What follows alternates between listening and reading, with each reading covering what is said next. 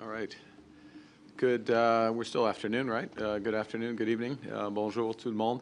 Let me just before I start, I would like to just pass on my appreciation, the appreciation of the entire Canadian delegation to our Malaysian hosts, particularly Dr. Ibrahim, the Prime Minister, for an extraordinary group of meetings, extraordinary hospitality, which is going to continue for the next few hours this evening.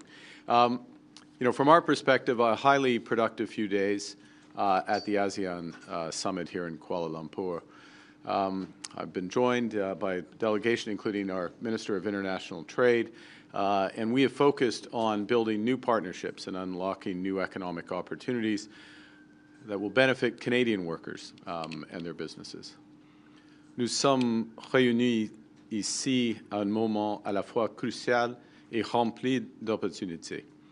Le monde est devenu plus dangereux et divisé.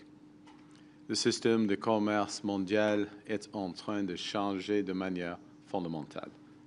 L'évolution technologique et la transition énergétique s'accélèrent à un rythme sans précédent. L'ancien ordre mondial est revenu. Et même si le Canada a prospéré dans ce système, nous savons que la nostalgie n'est pas une stratégie. C'est pourquoi nous traçons une nouvelle voie à suivre pour notre pays.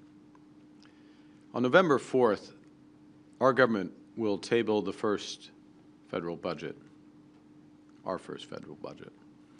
And that'll be our plan to protect our communities, our borders, our way of life. Our plan to build a stronger economy where everyone has a chance to get ahead. And our plan to empower Canadians with new opportunities, better careers, and a lower cost of living. Central to those missions is our intention to double our non-U.S. exports over the course of the next decade. That alone will generate $300 billion in more trade, new orders for Canadian resources, Canadian industries, and Canadian expertise. I chose my summit for my first visit as Prime Minister to Asia because the Canada-ASEAN relationship is full of potential. This is a region of nearly 700 million consumers with a market worth over $5 trillion. It's already Canada's second largest trading partner with over $260 billion in two-way merchandise trade alone. Yet, even at those levels, it still only represents about 10% of our exports.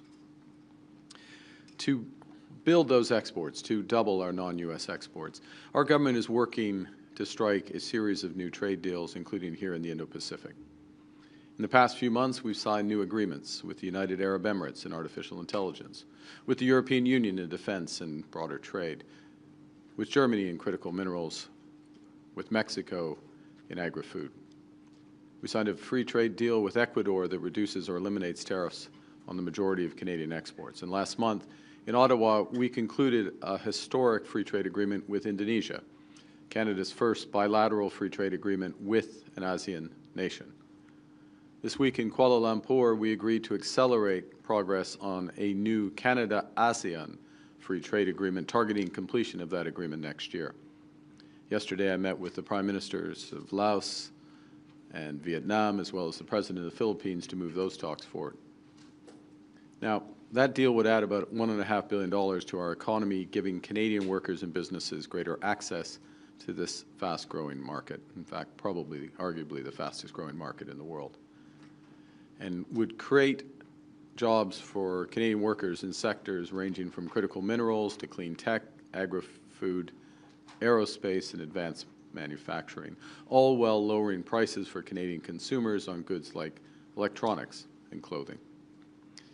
In addition, President Marcos of the Philippines and I agreed yesterday to launch talks on a new free trade agreement between our two nations, again with the goal of concluding that agreement next year.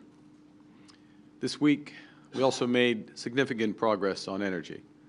Today, Canada and Malaysia signed a letter of intent to deepen investment in liquefied natural gas, and oil, nuclear power, and renewables. I met with the CEO and the senior management of Petronas, one of the world's largest energy companies and already a major investor in LNG in Canada, LNG Canada Phase 1, LNG facility in Kitimat, British Columbia. Now, phase 2 of this project will double production, making the project as a whole the second largest LNG facility in the world, creating tens of thousands of new high-paying Canadian careers. That project, phase 2, has been referred to our new major projects office because we want it built, and we want it built faster to the benefit of Canadians, including Indigenous partners in the project. Together with Petronas, we are exploring other new opportunities to expand our partnership and strengthen Canada's role as a reliable energy supplier. By the end of this decade, 2030, Canada can produce nearly 50 million tons of LNG each year, enough to supply Singapore, where I'm going tomorrow, 5 times over. We can double that production again by 2040. Nous collaborons également dans le domaine du captage du carbone et en mettant nos ressources au service de la transition de l'ANAS vers une économie plus résiliente et à faible émission, en plaçant l'innovation canadienne au service des infrastructures énergétiques de l'ANAS. Comme son nouveau réseau électrique, nous ouvrons la voie à des milliards de dollars de nouvelles possibilités pour les entreprises et les travailleurs canadiens. Et nous aidons aussi nos partenaires de l'ANAS à atteindre leurs objectifs en matière de connectivité. Canada's also unlocking new opportunities in technology. Canada's BlackBerry offers its cybersecurity center of excellence here in Malaysia. And we announced an investment to expand that center into an international hub for cyber intelligence and security innovation, something I discussed this afternoon with Prime Minister Ibrahim. Today, I visited CAE, with whom Malaysia Airlines has just signed a deal to purchase another Canadian-built flight simulator. And I met the CEO of AirAsia yesterday about a potentially large order for A220 planes designed and built in Quebec. These are the kinds of partnerships we will keep building because Canada has what the world wants: world-class talent with expertise in clean technology, artificial intelligence, life sciences, and quantum computing. We're the world's number one destination for master's degrees and doctorates. We have the most educated workforce in the world. We're an energy superpower with the 3rd largest reserves of oil and the 4th largest reserves of natural gas.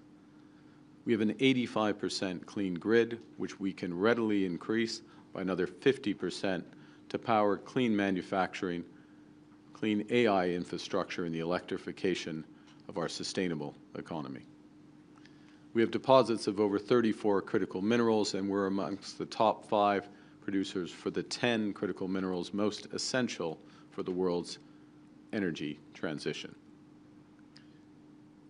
Over the next 5 years, we will be quadrupling our defense industrial spending, strengthening our role in collective security and creating new careers in our defense and associated industries. Next week, Canada's Defense Minister will be in the Philippines to deepen our cooperation with Southeast Asia, expanding access for the Canadian Armed Forces for training and joint operations in the Philippines, strengthening our shared commitment to regional stability.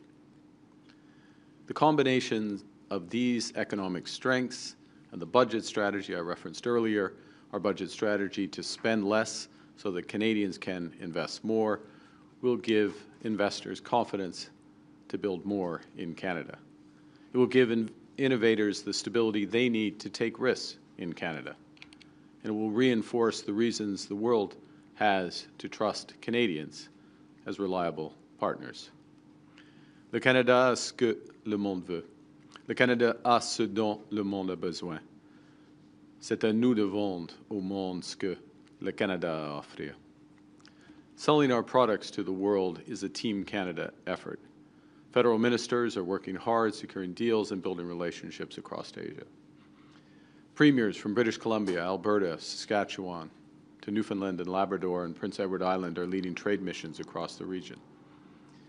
Demain, je me rendrai à Singapour pour rencontrer le Premier ministre Lawrence Wong, ainsi que les grands investisseurs pour renforcer la coopération dans les domaines du commerce, de l'énergie et de la technologie. Et plus tard cette semaine, je vais participer au sommet des dirigeants de l'APEC en Corée du Sud pour poursuivre ces progrès et resserrer nos liens dans les domaines de l'agriculture, de la défense et des minéraux critiques. To finish, to quote our host, Prime Minister Ibrahim, the old world order is disappearing and a new one has yet to emerge. Times like this, it's time to be bold, because how we respond will shape Canada's path for decades to come. By making generational investments at home and by building deeper partnerships abroad, we will build Canada strong. And with that, I'll be happy to take your questions. Thank you, Prime Minister. We're now going to begin with questions from the Canadian delegation. First question, première question, Sarah. Hi, Prime Minister. Sarah Ritchie with the Canadian Press. Have you had any contact with President Trump since Thursday? I have not. Given that President Trump said today on Air Force One, I don't know if you heard this, but in the last hour he said he doesn't plan to meet with you for a long time. Is it worth continuing to pursue a discussion, a meeting, a phone call with him at this point? I didn't see the comment. Look, we stand ready to sit down with the United States, myself with the President, my colleagues with their colleagues, when the U.S. is ready to sit down. We had made considerable progress on a supplement to the trading relationship that we had, considerable progress in the areas of steel, aluminum, and energy, associated areas as well. And as I just said, we're ready to sit down when they are ready to do that. If they're not ready to do that, as those comments indicate, then we were always going to do these things, to be clear. We're going to first and foremost build our economy, build it with generational investments, and you will see that not just the scale of the ambition, but the speed with which we put that into effect in the budget on November 4th, and continue to do what we've been doing over the course of the last few days and over the course of recent months, which is to build those other partnerships and deepen those other partnerships on which we're getting very much traction. Thank you. Next question, Murray. Hi, Prime Minister. Murray Brewster with CBC News. President Trump says he's canceled these trade talks because he's upset about the Ontario government ad. We've heard from the Business Council of Canada and even some of President Trump's own advisors who suggest the frustration with Canada runs deeper. So is this about the ads or is this about something else?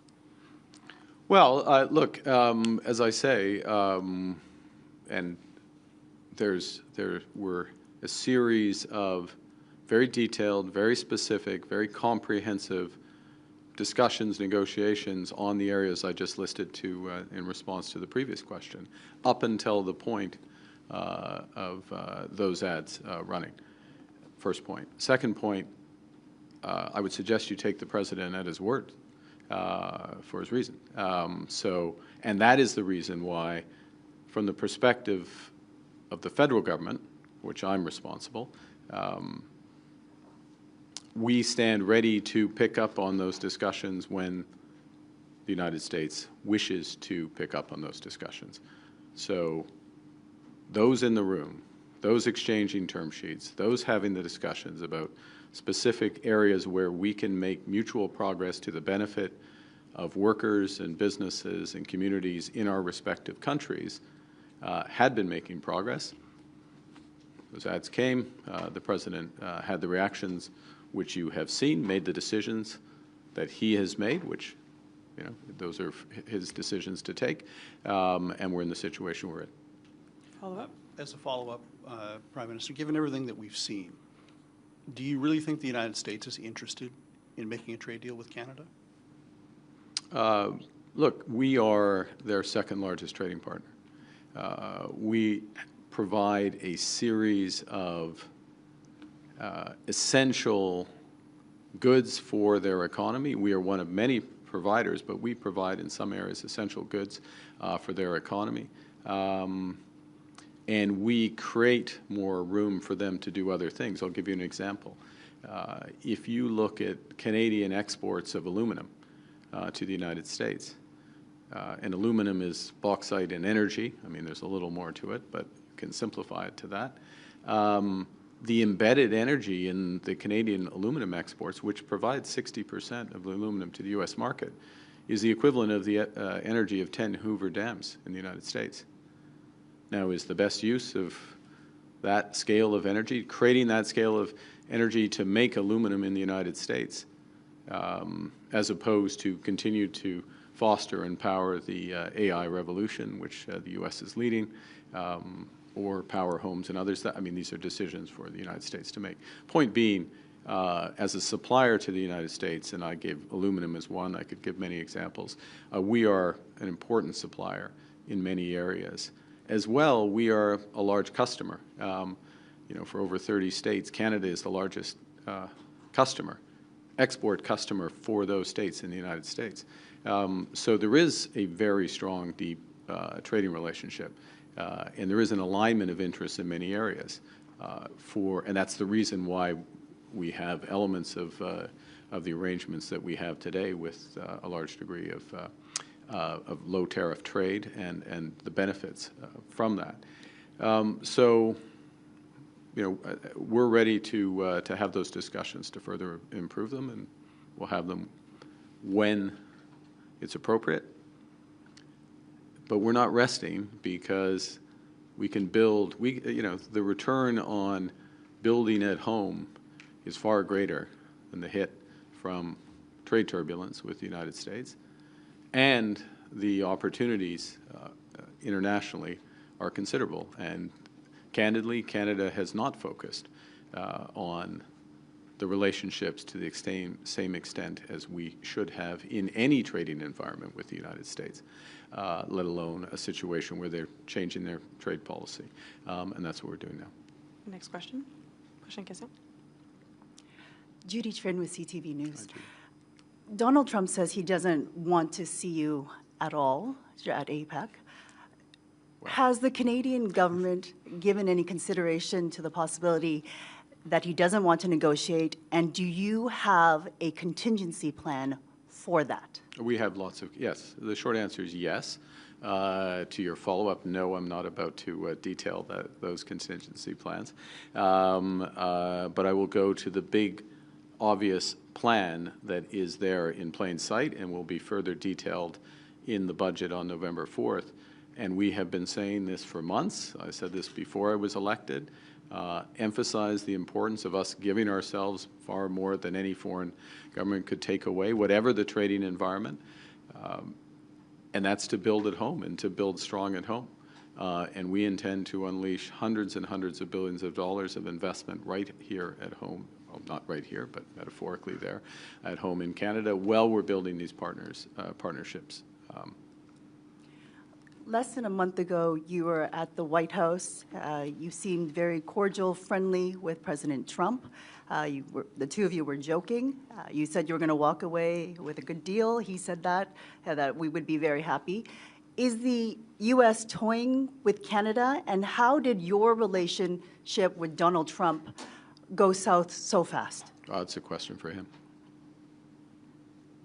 Next question. Yasmin? Yasmin Mehdi avec Radio-Canada. On Merci. avait l'impression dans les dernières semaines que les négociations avec les États-Unis avançaient plutôt bien. Oui. Qu'est-ce qui s'est passé? Est-ce que c'est la publicité ou est-ce qu'il y avait autre chose du côté américain? Tout d'abord,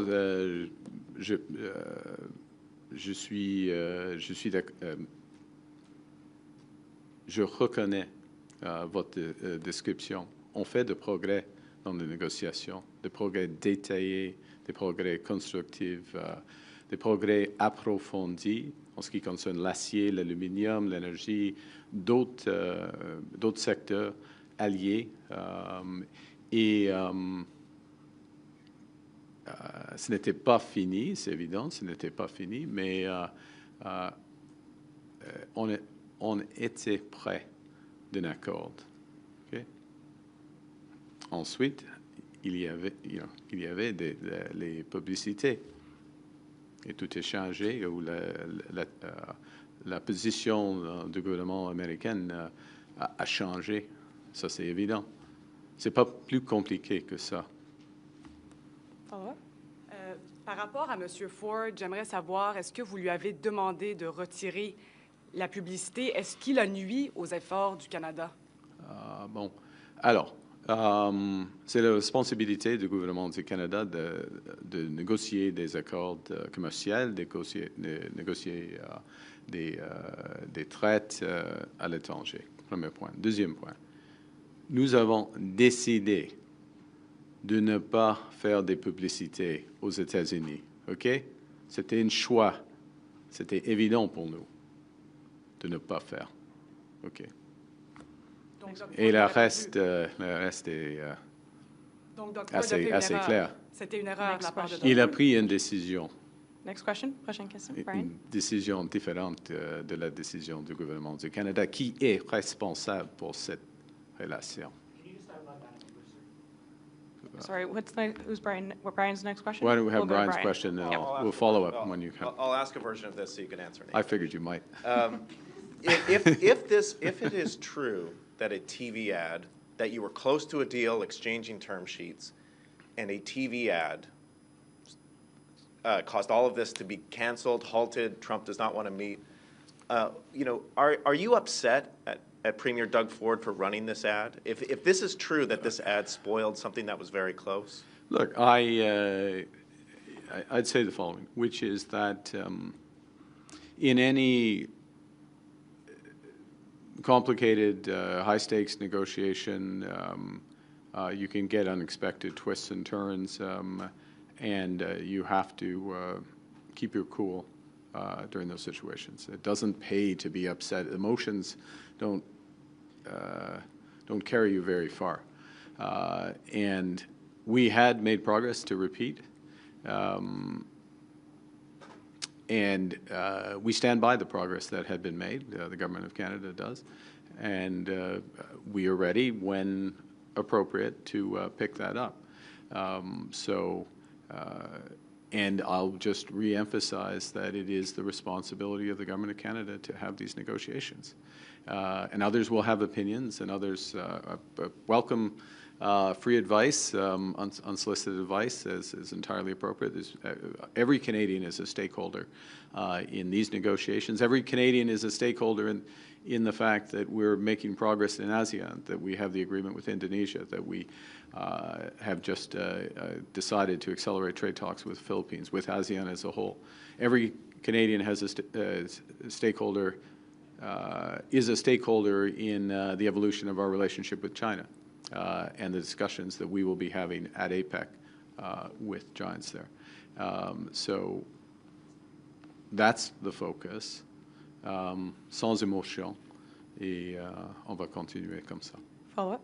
And just to cast things ahead to where you're going later this week in Korea, can you give us an update on, do you expect to meet the Chinese president at APEC?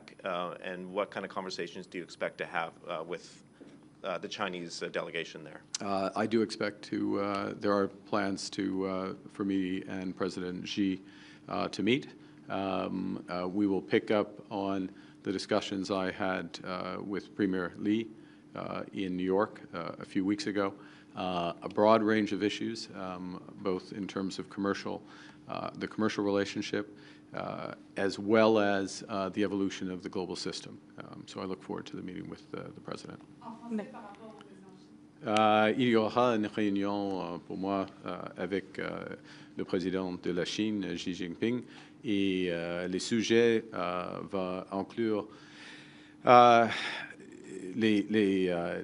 les enjeux commerciaux et puis l'évolution du système global. Et on a une bonne fondation, une base après la discussion que j'ai eue avec Monsieur le Premier ministre Lee à New York il y a quelques semaines. Next question, Rafi. Hi, Prime Minister Rafi Buchanan, CBC. President Trump threatened to impose this additional 10% tariff, regardless of Ontario saying it would take the ad down. Does that suggest there is nothing to be gained from backing down to the U.S. president? Well, look, with respect to the additional tariff, we haven't seen the specifics about that. And look, I don't want to make a generalization of the situation. I'll repeat and I'll reemphasize, we've made significant progress. We stand by the progress that we had made. We think there is a very good addition to the trading relationship, an additional deal, if you will, that is in the interests of certainly Canadian workers, Canadian families, but very much American workers and American families as well. It's a win-win. You know, when the time comes to pick that up, we would suggest picking it up from there. Follow-up? This progress you have made, you've spoken a lot about sectoral tariffs. During your campaign, you were speaking a lot about reaching a comprehensive security and energy deal. Did you at one point give up on that? If so, why? Well, we talked about, maybe you weren't there, but in July, when we made the decision that we evolved our tariffs with respect to the United States, because we had reached a point by the middle of the summer where under the executive order that pertained at then and still pertains, that the substantial proportion of our trade with the United States is tariff-free. The U.S. was less interested in the security element of the partnership, which is their decision. Look, and let's actually, so less interested in that, and as well was focused in, for most countries, on these so-called 232 sectors, which are by definition sectoral. And they're the major issue for our economy: steel, aluminum, autos, forest products, and therefore naturally it comes to that, and that's where we've concentrated our efforts. Let me take a step back and just a point of context here, which is, you know, the United States has a trade policy. It has a new approach to trade that has come in place with the new administration.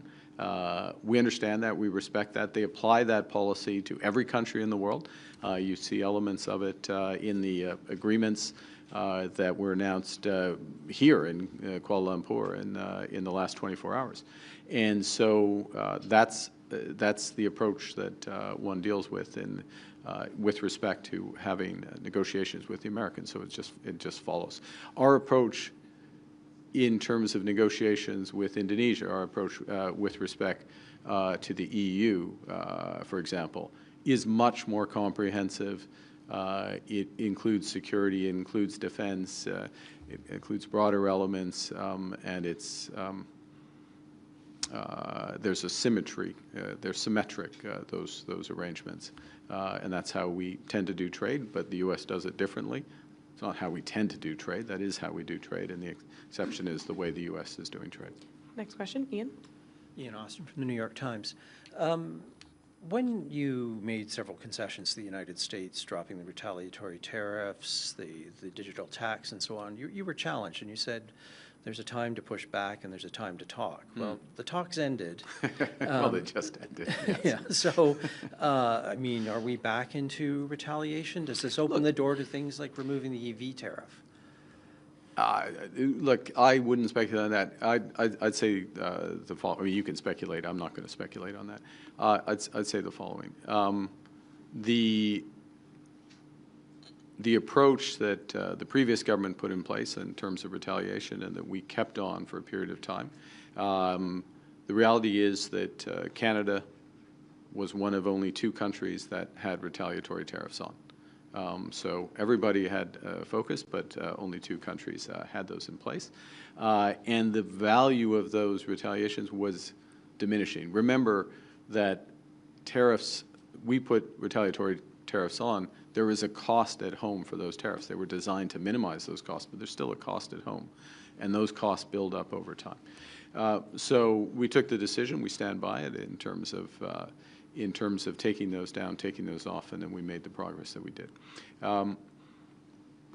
We will, it goes to the earlier question, I think it was Judy's question about contingency plans, and right.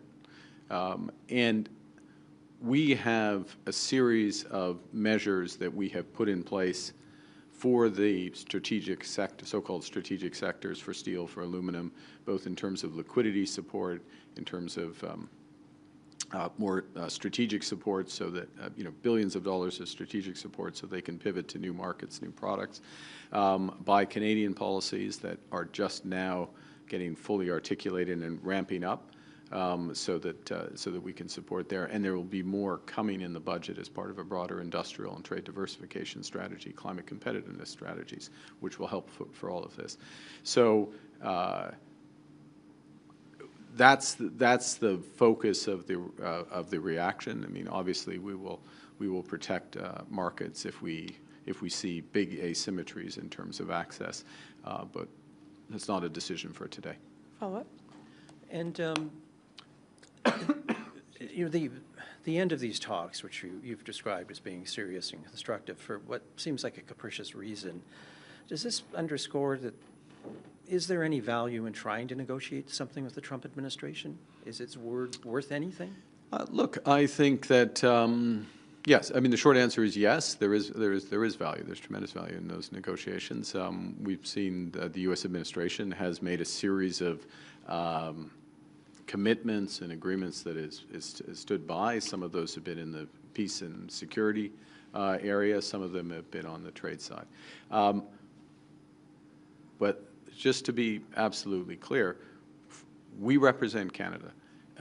We are going to fight for Canadians. We are only going to agree to a deal through a negotiation that is in the best interests of Canadians.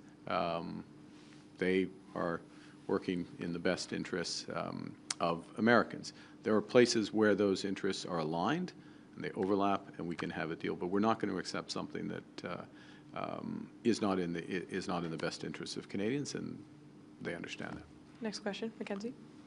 Okay, Mackenzie, you can ask your en anglais. Mackenzie Gray with Global News. I'd like to follow up on Sarah's earlier question. I know you said you haven't spoken to the president, but you've been known to text with him. Have you reached out to him personally at all since Thursday? Look, the president knows that I'm available to speak to the president, as I always would be, as you would expect. I mean, as president of the United States, so of course, make myself available. I make myself available for other world leaders as they wish to. We will both be in APEC. Canada's a member of APEC. I mean, we're going to be there, very much so. Follow-up? So you haven't reached out to the president at all? The president and I have not spoken since he took this decision. And you want to chat with him at APEC? We are ready to have discussions when the Americans wish to have those discussions. But we're not, obviously we don't dictate the timing of that. And last question, dernière question, Steve Chase. Steve Chase, Globe and Mail. I wanted to ask you about where the relationship with China could go. And your predecessor fenced off significant portions of the Canadian economy from Chinese investment, critical minerals, anything related to national security, academic collaboration, the list goes on and on. So my question for you is, are you willing to revisit or consider lowering some of those restrictions so that more Chinese investment could flow into Canada?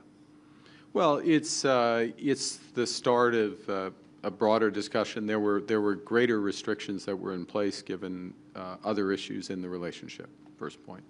Secondly, there needs to be a resetting of expectations, or we're in the process of a resetting of expectations of where the relationship can go, the extent to which we have different systems, where the relationship can go and where it won't go. And that's part of the discussion that has begun. I think what is absolutely clear is that a relationship, for example, where there are extreme restrictions on travel between our two countries is an unusual place for the Canadian-China relationship to be, given the history of the relationship, given the long history of travel between our two countries. That is one example. It's a very obvious example that progress can be made. There are issues, as people well know, in agriculture, for fishery goods. There's issues in manufacturing and others. And we will explore what we can build on. Relationships rebuild over time when they have been when they have changed for the worse, and so we have a lot of areas on which we can build. And look, last point, which is that This is our second largest trading partner. This is the second largest economy in the world. This is one of the most influential actors in terms of the global system, such as it is. And it is a country with whom we had no senior level contact for 7 years until I met Premier Lee in New York. So we're starting from a base, and we can move quite substantially. We're starting from a very low base, and we can move quite substantially before we start to get to sensitive areas. Would you like to, or is a free trade agreement with China out of the question? And if you could, would you drop EV tariffs against? I look forward to the discussions with President Xi, and they're about much broader set of issues than trade, and we'll be in better position to start answering questions like that as the relationship evolves and deepens. So we don't go in. There's no preset offer issue. This is the difference between relationship and transaction. We're starting relationship, building up the relationship on that. Thank you. This puts an end to our press conference. C'est ce qui m'a fait notre conférence de presse. Merci. Merci beaucoup. Merci. Thank you.